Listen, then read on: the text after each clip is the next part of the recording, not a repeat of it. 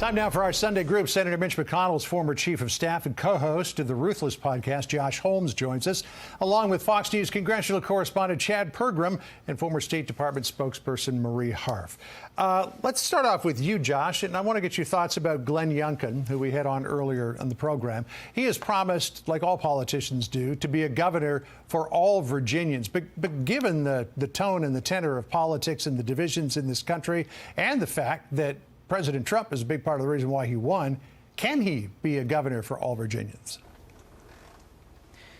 Yeah, I think he can, John. And I thought your interview was exceptional, getting into the nitty-gritty of the executive orders that he signed on day one. I think it showed that not only was he ready, he put a lot of thought into what it was that he wanted to do in response to an electorate that elected him, as was stated in the interview, 1 year removed from a 10-point Joe Biden victory. Obviously, a lot of things need to happen there. And I think what Glenn Youngkin showed is that the ties that bind this electorate together from right to left and in the center, and a lot of people who showed up to vote for him, are amongst the issues, right? Yeah. Things like COVID response, things like critical race theories, keeping schools open. He mended all of those fences that, have been frayed, frankly, over the years, and I think made a lot of progress in showing Republicans a good way to do it going forward. Yeah, Marie, do you believe that he can govern across party lines here? Well, I hope he can, as a recent convert to being a Virginia resident. But look, I think that Glenn Youngkin and Virginia in general, statewide races, are a little bit of unicorns, right? He's a unicorn in the Republican Party. Yeah. If we look at the congressional races on the House and the Senate side, right, Republicans aren't trying to keep Donald Trump at arm's length, as Glenn Youngkin kind of did in this race. They're rushing to embrace him to one-up each other to see who can embrace him the most. And you see other congressional Republicans like Glenn Youngkin, people like John Katko, and other Republicans in the House choosing not to run again. So look, I think that Glenn Youngkin did a really impressive thing in his victory in Virginia. He was a Republican who spoke to the base but kept Trump at arm's length. I'm not sure Republicans can or want to replicate that anywhere else in any of these midterm races. Well, certainly one place where they don't seem to want to replicate it is the state of Arizona. Kari Lake is a candidate for governor there. There's a good chance, according to folks who are familiar with Arizona politics, that she could win. And yesterday, she figured very prominently in President Trump's address in Arizona. Listen here. Kari Lake, I'll tell you, she is incredible. We love you. We're so thankful that you're here in Arizona.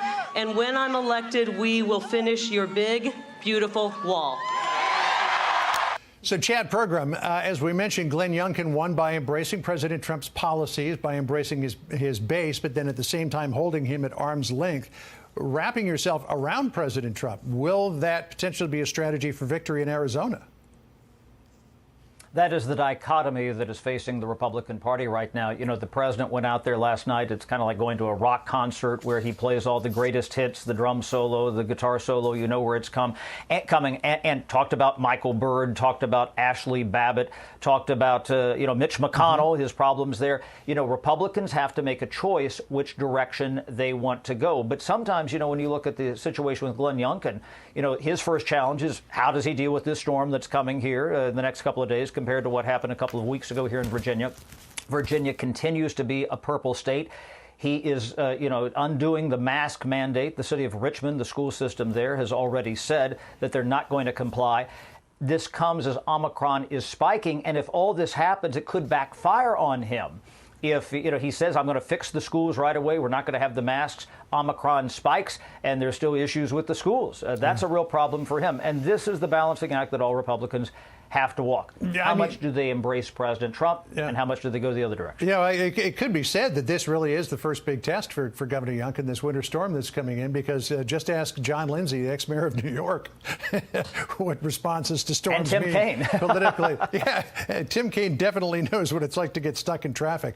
So President Trump obviously is going to remain a force in the Republican Party. And Josh, I want to ask you about this because of your ties to the Senate Minority Leader. Lindsey Graham came out last week and said he's not going to vote for Mitch McConnell again as Senate leader unless he develops a relationship with President Trump. Listen to what Lindsey Graham said. But here's the question. Can Senator McConnell effectively work with the leader of the Republican Party, Donald Trump? I'm not going to vote for anybody that can't have a working relationship with President Trump. Lindsey Graham went on to say in an interview that we did with him on America Reports that he doesn't know if the relationship can be repaired. I'm wondering, Josh, does McConnell even want to repair it? Well, look, I think this is exactly the kind of thing that Republicans are going to need to avoid over the next year if they're going to have success in the midterm and beyond.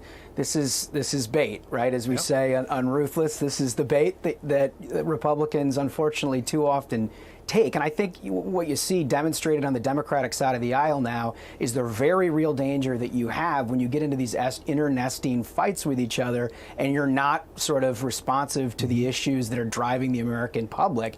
You know, you've seen Democrats in a bad place arguing over the BBB bill, when in fact you have COVID, you have inflation, you have all kinds of economic concerns that are really driving what the public is concerned about. Republicans cannot fall into that same problem over the next year. Yeah. You know, Republicans, Marie, for the most part, have been pretty content to stand back and watch the Biden administration shoot itself in the foot. But if you have the beginnings of this, as Josh put it, internecine warfare in the Republican Party, does that diminish their chances in November because they are no longer unified? Possibly, right? And Democrats hope that they will continue to fight amongst themselves and that there will be this debate about how closely to embrace Donald Trump, a former president who is quite unpopular. When his name is on the ballot or when he weighs in races, he doesn't always win. And so they're very acutely aware of that. Yeah. But the challenge, John, for Democrats is that they have to show to voters that them having power, having complete control has actually benefited them. You know, there are some good statistics. The best year in American history for job creation, for example, lowest unemployment rate, biggest drop in unemployment rate in American history. Those are good statistics, but the American people still feel uneasy. And so Democrats have to go out, put the political noise aside, and make the case directly to voters. Here's what we did, and here's why you should keep us in power. You know, that's a hard case to make when we have inflation, when the pandemic's still raging. It's a challenging political environment. Hey, Chad, one other quick political topic, and give me a quick answer on this because we're running out of time here in our first segment. The RNC wants a pledge from all of its presidential candidates that if they become the nominee, they will not participate in debates that are sponsored by the Commission on Presidential Debates because they don't believe that they're fair. The CPD came back and said the CPD's plans for 2024 will be based on fairness, neutrality, and a firm commitment to help the American public learn about the candidates and the issues. Mitt Romney says opting out of these debates is just nuts. Well, you know, this is not written in stone that you have to have these debates and run by this commission. Only been around for 34 years. This is yet another way by Republicans, the RNC, to take on the Washington establishment and really try to enforce some sort of orthodoxy inside the party. Right. Okay, we got to take a quick break here, Chad.